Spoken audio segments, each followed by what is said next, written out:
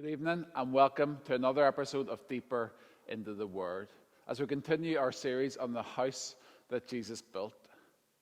This evening we're going to be examining the area of evangelism and the local church, and we're delighted to have Mack Stiles with us this evening. Well, it's really great to have Mack Stiles join us for this episode of Deeper into the Word. Tell us a little bit about yourself for those who don't know you. You were at Hamilton Road Baptist a couple of years ago and Bangor Worldwide, but tell us just a little bit about who you are and where you are currently. Well, Keith, first of all, thanks for having me. It's a joy to be able to share with brothers and sisters around the world about sharing their faith. Yeah, my time at the church there was delightful, and my whole family joined us. We have my wife and I flew in from Iraq, where I was pastoring a church in Erbil. And then my sons and daughter-in-laws and grandchildren flew in from the States. And we had a wonderful time ministering during Worldwide. And then also we stayed over for a week or so. So yeah, but that's my family. We're kind of a global family. My kids grew up in Dubai, where Leanne and I ministered for 16 years and developed student ministry there through IFES. And then the last 4 years, we were up in Iraq pastoring the church. Children are grown now back home, having grandchildren, and which is wonderful. And we have migrated back out of Iraq, back to the States now, where we're living in Louisville, Kentucky. So I've started a new ministry here called Messenger Ministries. It's a sort of a mission agency. COVID has set us back a little. It seems like a lot of missionaries are going the wrong way. they're going home, not going overseas. But at any rate, we'll get going here in the next year or two. So that's kind of our situation. Yeah, great. No, and it's been really great just over the years to have heard and to read some of what you have produced. Yeah. We're going to be talking about evangelism this evening. Who shared the gospel with you, and how did you come to faith? Yeah, I was a pagan, pursuing what the pleasures of the world. I was 16 years old. I was in Zermatt, Switzerland, at a skiing and mountain climbing school. I wanted to go to the Olympics. I wanted to race. I was not near good enough, but that was my dream as a 16-year-old. And I was at a race camp in Zermatt during the summer, and there was a kid there who shared the gospel with me. His name was Robert. He was my age.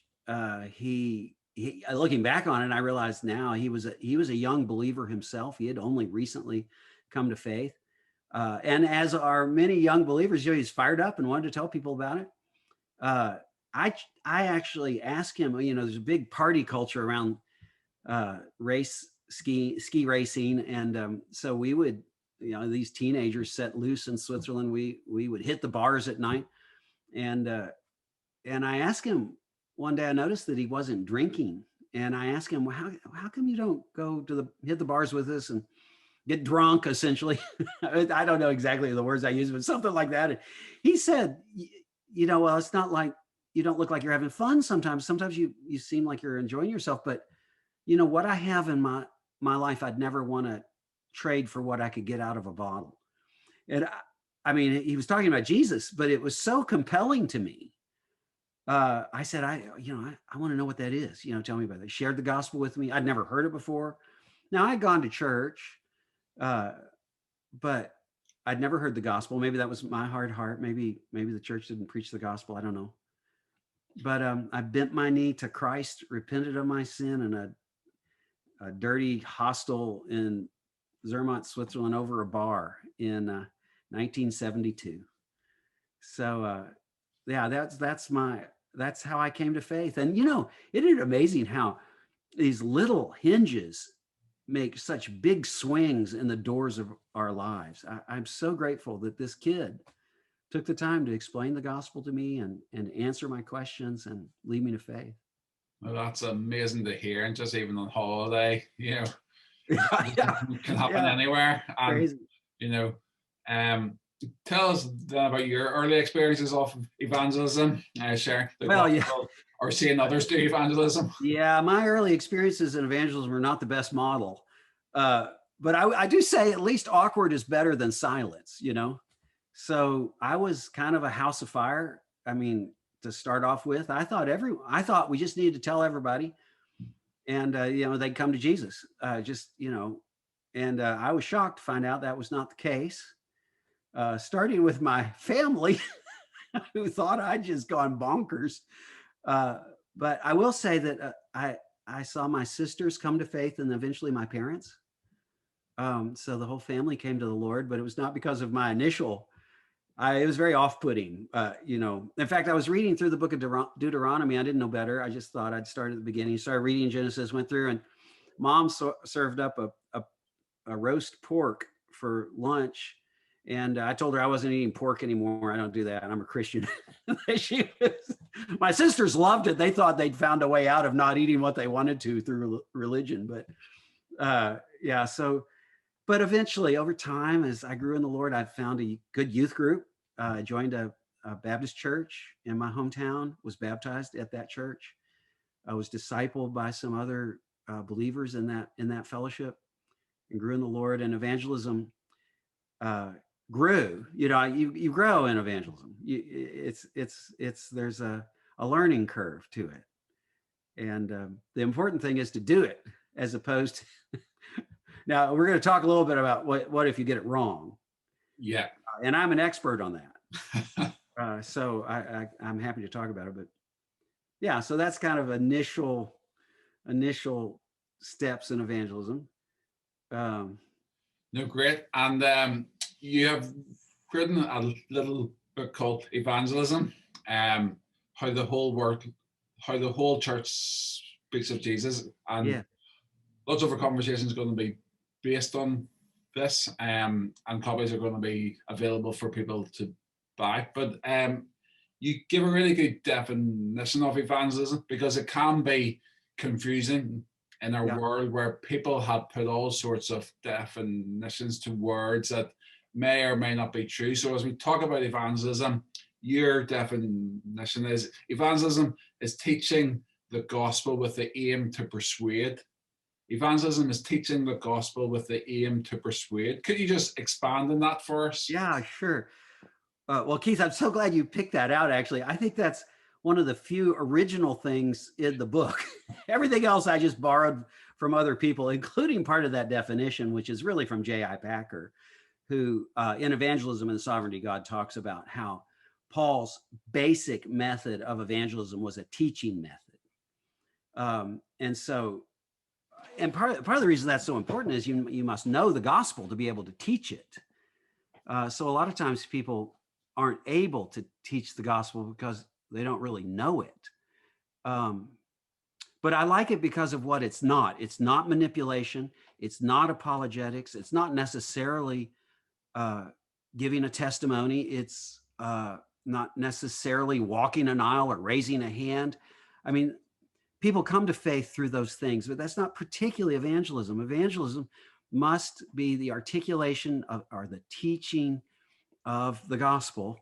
And it's not just a data dump. We're not just dumping on people information, but we're trying to persuade them. And I get that from Paul in 1 Corinthians chapter 5, where he says, we persuade men.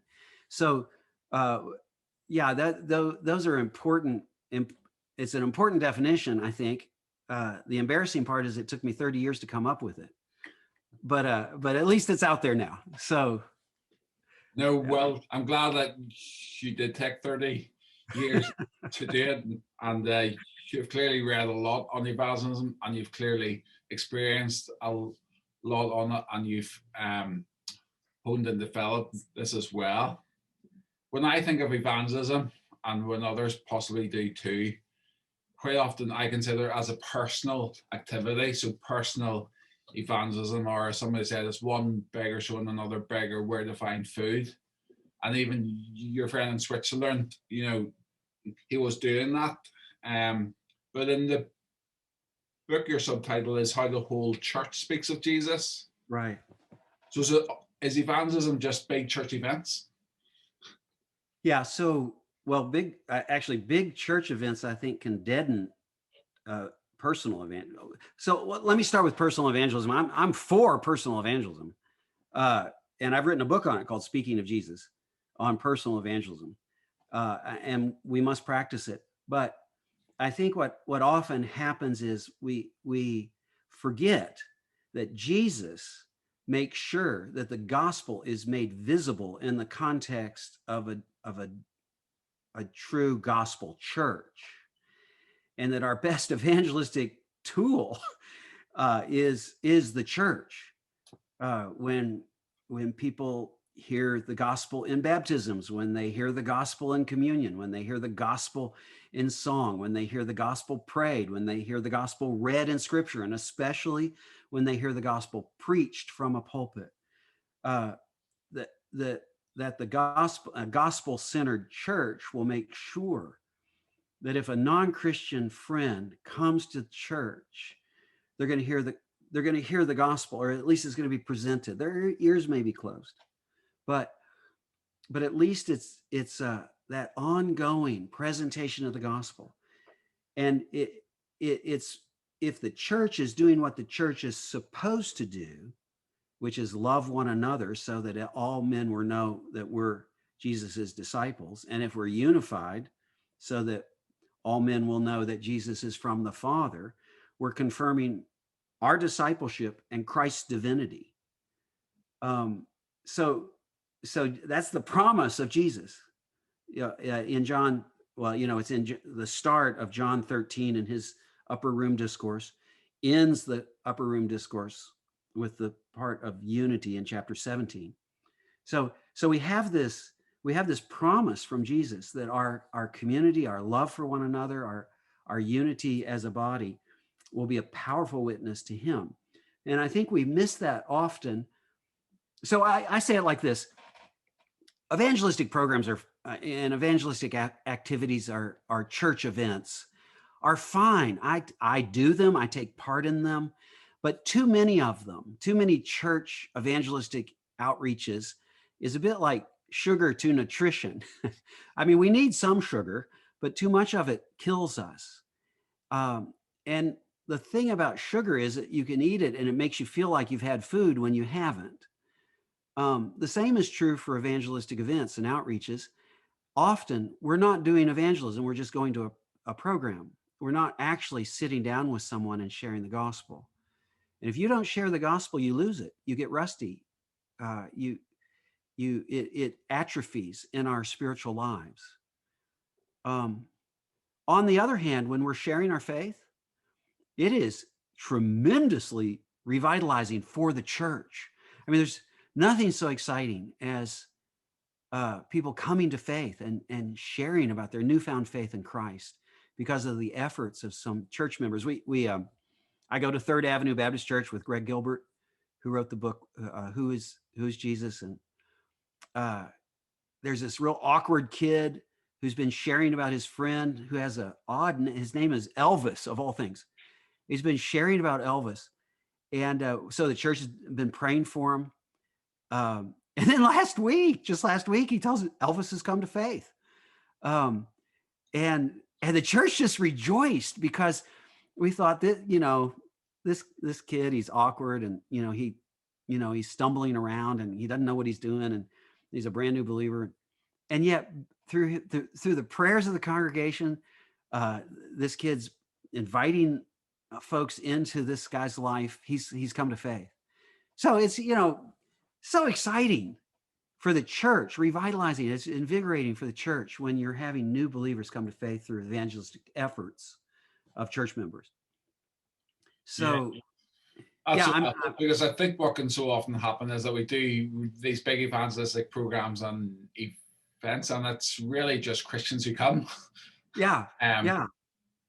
So you're saying actually bring your non-Christian friends to just Sunday morning just church. Regular church, sit down with them, help walk them through if they don't understand or it's an odd thing to them. If church is weird, help explain, take them out to lunch, explain what's going on, explain why the church does things.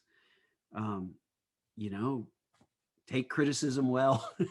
uh, you know, yeah. So I think if you have, as you do in your church, Keith, your church, I was there for a service. Your church is so good about making sure that non-Christians are addressed from the front, that the gospel is clear and clearly presented, and the challenge is given for people to follow Christ. So I would encourage the church to remember that the church in and of itself is as powerful, or maybe equally powerful, to personal evangelism.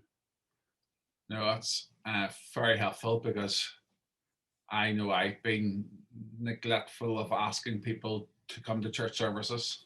So it's something that's on my radar once again. And Just by the way, I keep talking about church. So I was in London, and I was speaking at Christ Church Bromley, Ian Bloomfield's church. They're wonderful church, very evangelistic, and they were trying to put together a program where people would strike up conversations on the tube in their commute in and out of Bloomfield. And I'm an American, and I don't ride the tube, but I know that's weird. Nobody talks to anybody on the tube, I mean, that's just, I know that. And so I was like, you guys, but I was here at your service, and there were so many non-Christians here. Let's go for low-hanging fruit, strike up conversations with people in church first. I mean, they've come to church, and must be some spiritual interest, or so I have I got lots of stories, Keith, so you can just stop me at these points. But I have we have, Leanne and I have a friendship with Tom and Gilly at our church, and great couple. He's not a believer. She's a very strong believer. And we've had them over for dinner. We've talked to them about the Lord. But one day, after a particularly powerful sermon by Greg Gilbert, I went up to Tom after the service. Everybody's milling about.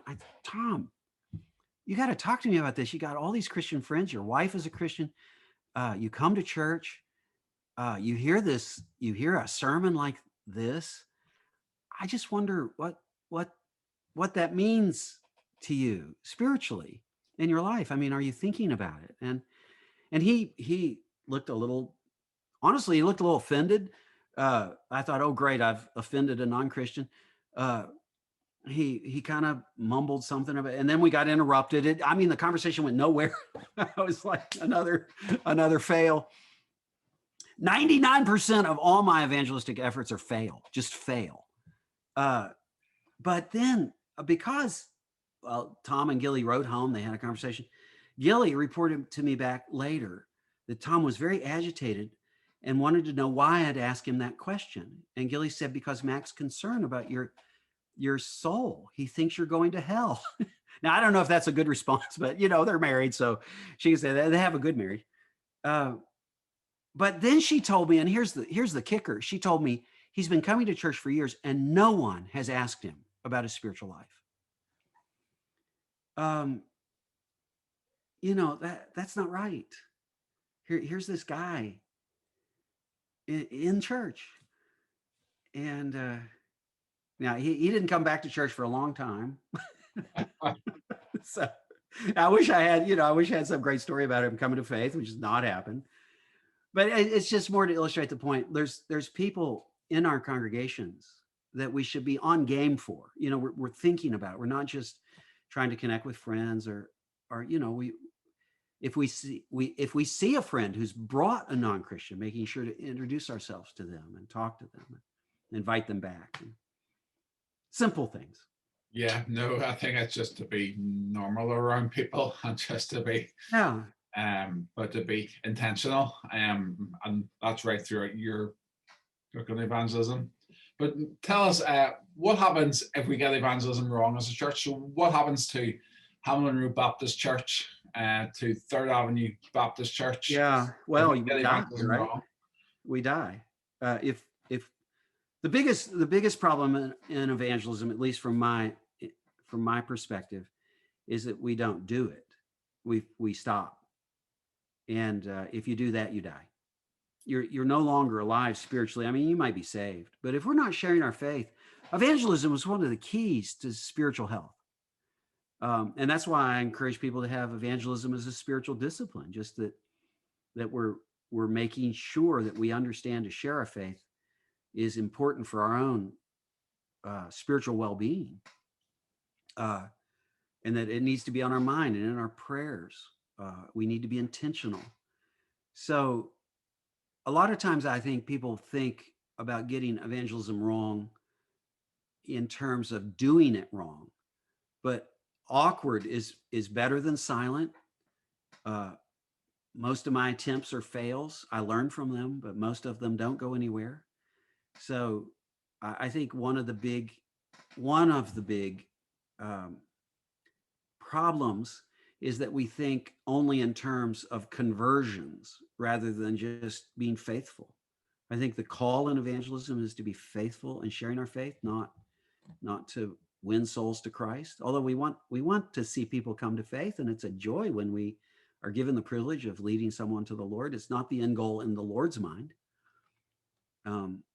So yeah, I think there's a lot of ways we can get things wrong in our heads about evangelism. And then we can do wrong things. We can manipulate. We can think we're doing evangelism when we're not, by, winning an argument. Yeah. Is that what you're getting at, Keith? Tell me more about. Yeah, I think in your book you talk about sort of the church becomes very nominal, and Yes. non-Christians become members, and then non-Christians even become leaders, and the church ultimately, as you say, as individual believers die, the church dies.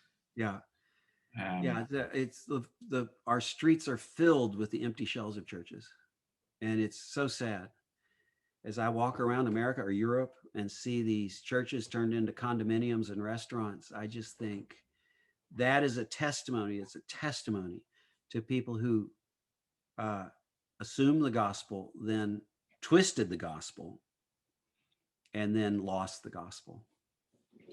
Yeah, no, it's a real warning, and particularly even in our country here, it's happening all over. As you encourage, but, you know what? In Iraq, we live up in close to Syria, the Syrian border, where the Erbil is kind of sandwiched in between Iran and Syria and Turkey. And, there's hundreds of churches there, but they're just what I call legacy churches. Long ago, the lampstands were removed a long time ago from those churches. They've long forgotten the gospel, and they've become social clubs and actually social cities. I mean, there's Chaldean and Assyrian churches. And that's, of course, where Christianity started up there, in a lot of ways, in Syria and further, obviously further west. But it's astonishing to me to think these buildings are still there. But sadly, it's a Muslim country. Yeah, no, it's a real warning to us all.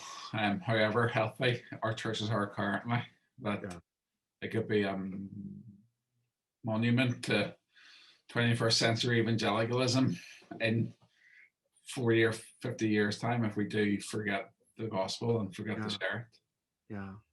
But your book and a lot of what you say is really to help the church to think through, right, how can we create a culture of evangelism rather than just saying, right, go out and be personal evangelism. It's this culture of evangelism. How is a local church in Halloween Road or others watching on, how can we develop and foster that? You do give us 10 points in your book, but just give us a few of the highlights.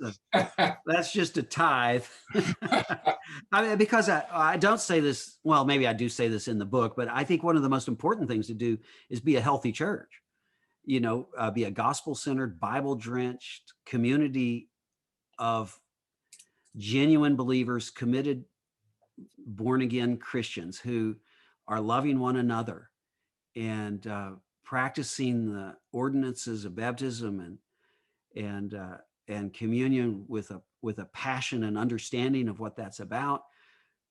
where the right preaching happens on a regular basis.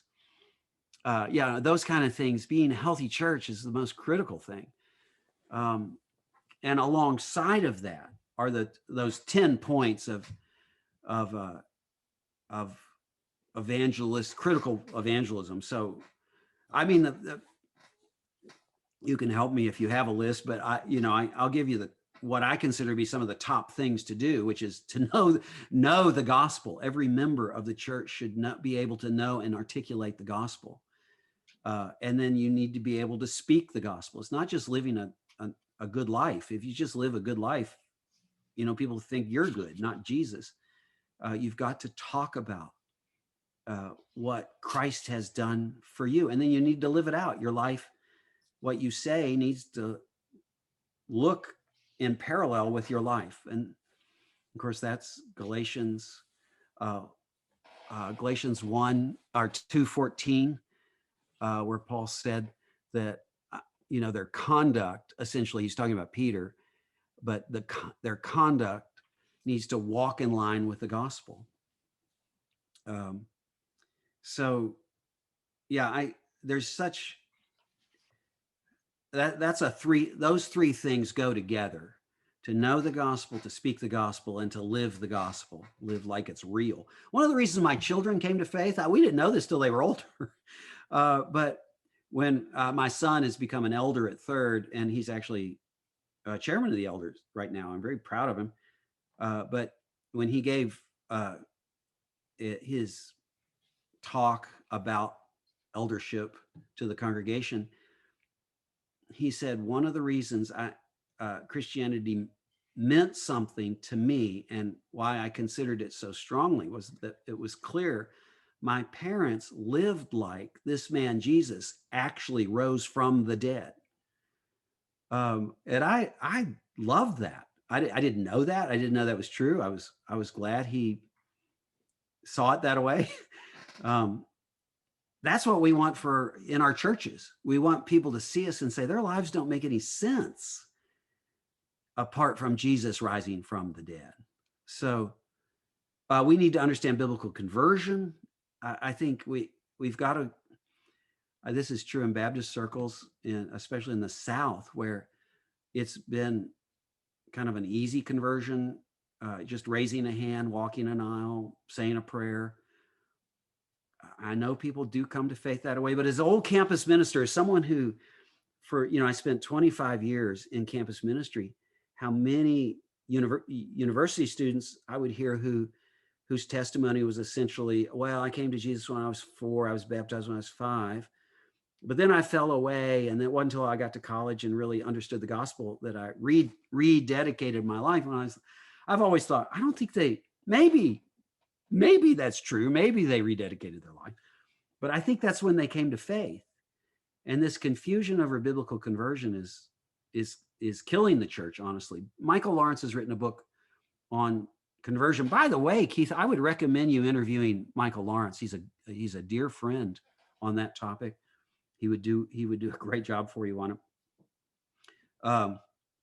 Yeah, but then becoming a loving community, making sure that's in place. I think one of the most important witnesses is the loving community in the world today. It's searching for that. We're so polarized. We're increasingly polarized. I've already mentioned seeing as spiritual disciplines, so spiritual leadership and evangelism. We could talk more about that. I think you've got. Yeah, no, that's been very helpful. And in these days of COVID and lockdowns, and people are seeing the needs locally and globally, I have lots of ideas of how we could be reaching people. Church members have lots of ideas, but they're saying, Keith, I really think the church should be doing this and this and this and this. Can you help me? Good for them. And, I'm glad they see it. Yeah. What should I be doing as a pastor? Evangelistically, what should I be doing? The first thing is share the gospel yourself. You'd be sharing the gospel yourself and telling people about how you've attempted to share the gospel. Maybe especially your fails. the times you blow it are so encouraging in a congregation. So I was, we were on this family ski trip to Montana, and we landed in the Denver airport, and it was me and Leanne, and we go to a burger place, Smash Burger, and I look down a couple tables from us, and there is sitting Lance Armstrong. You know, the bicycle. He's by himself, and I think I can't let this go. You know, I got to talk to him. He's just sitting there, and so I kind of screw up my courage, and I walk down to his table. Leanne thinks I'm nuts, but I said, "Are you Lance Armstrong?" And he said, "I am." Kind of like, "Don't hurt me." And I said, "Oh, I just wanted to tell you that I was in Paris.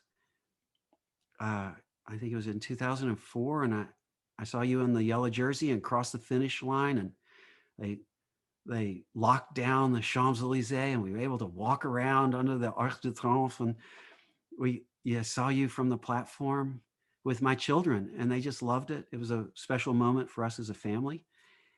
And he said, this really I was undone by this.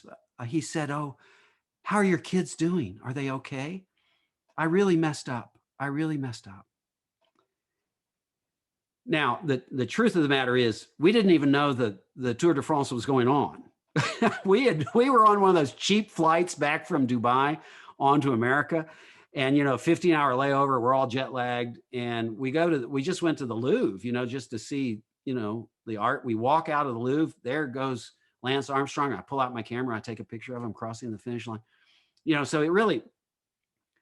I was just looking for a point of contact. That's all. And so I didn't explain all that, but I suddenly realized he's worried about my kids because of his sin. And I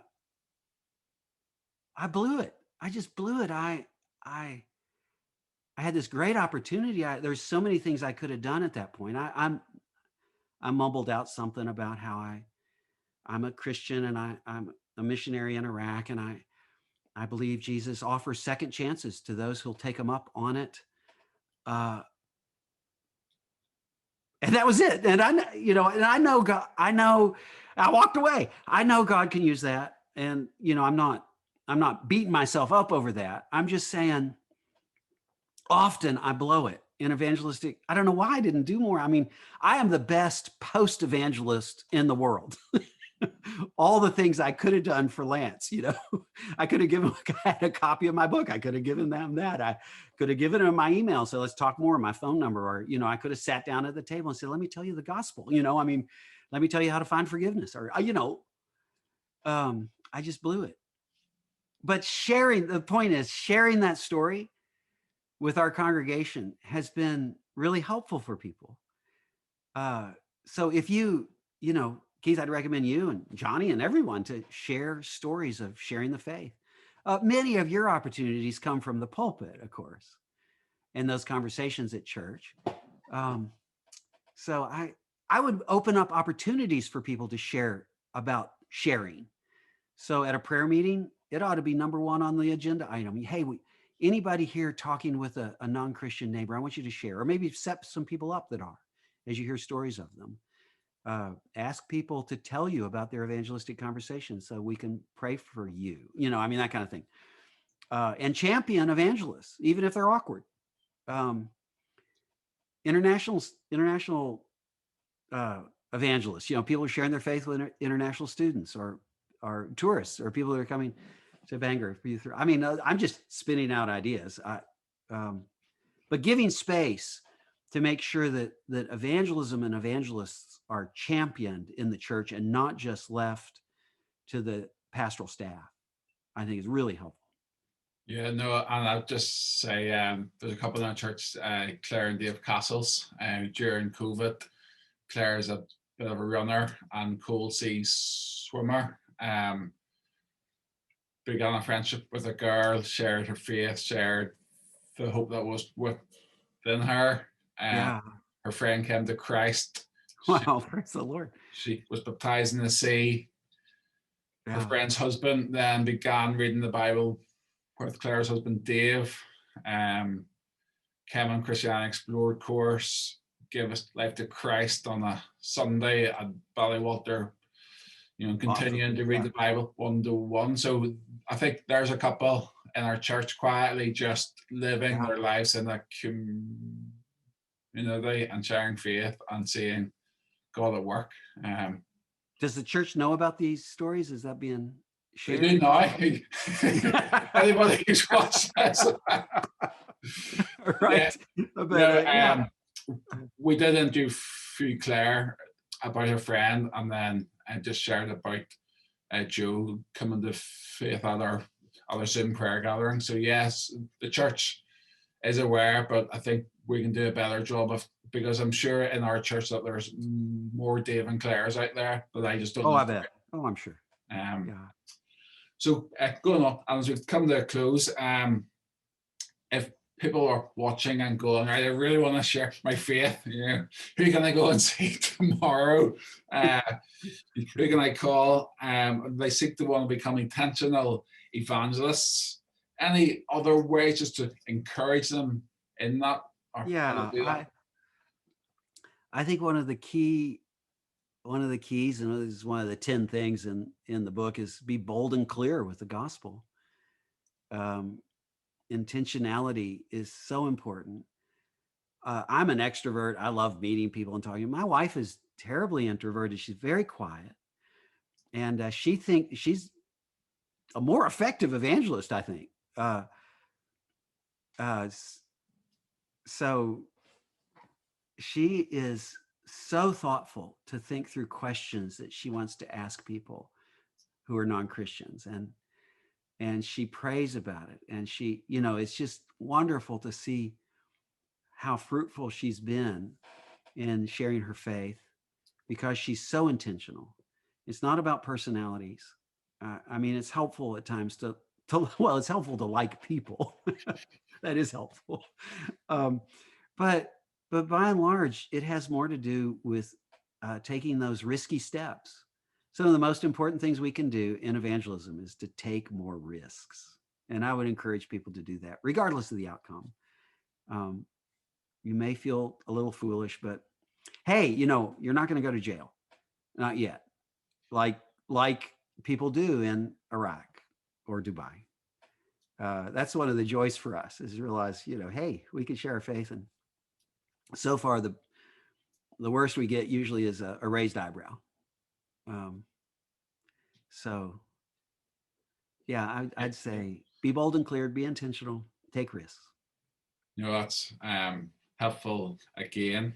So just as we conclude, any final words to people watching on about actually speaking about Jesus? Any words to the church members here? Any words to Johnny and I as pastors, or to the elders here?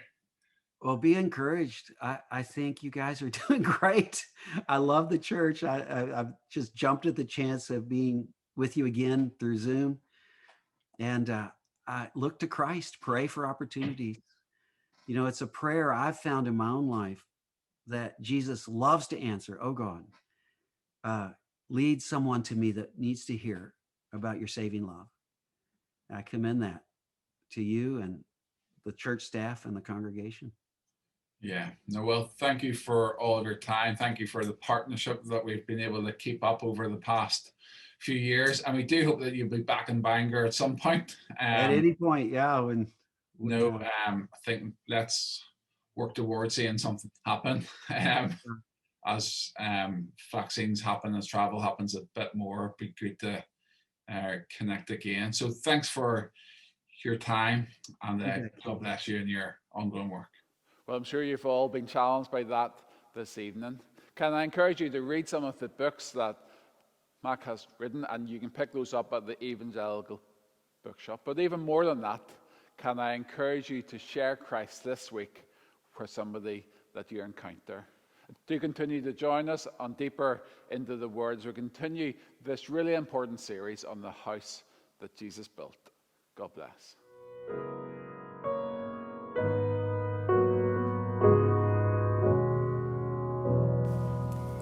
Thank you for listening to Deeper into the Word.